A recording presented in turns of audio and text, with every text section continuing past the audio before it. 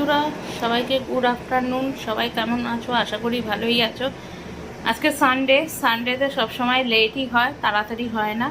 তা আজকে রান্না করছি চিকেন। দেখো, চিকেনের আলুগুলোকে ভেজে তুলে রেখে দিয়েছি।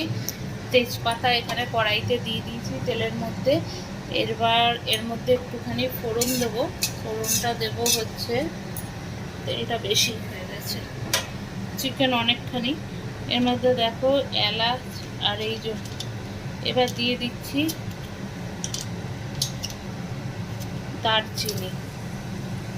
তারপর দিয়ে দেবো এই যে থেতো করে রাখা এলাচ। আমি মুরগির মাংস বানালে এরকম করেই বানাই, তাহলে সেন্টটা খুব সুন্দর হয়। আর মাংস ভালো হলে দেখবে খেতেও ভালো লাগে। এখানে একটু তেলের মধ্যে দিয়ে দেবো রসুন থেতো।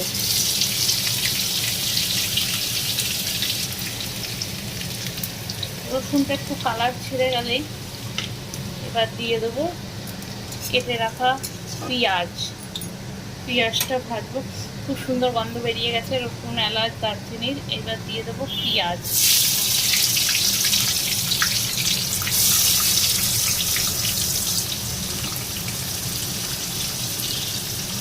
এবার পেঁয়াজগুলো হতে থাকবে, ততক্ষণে আমি মশলাটা করে নিয়ে নিয়েছি। আদা, রসুন, কাঁচা লঙ্কা, গোলমরিচ, এগুলো আমি এখন পেস্ট করে আনবো।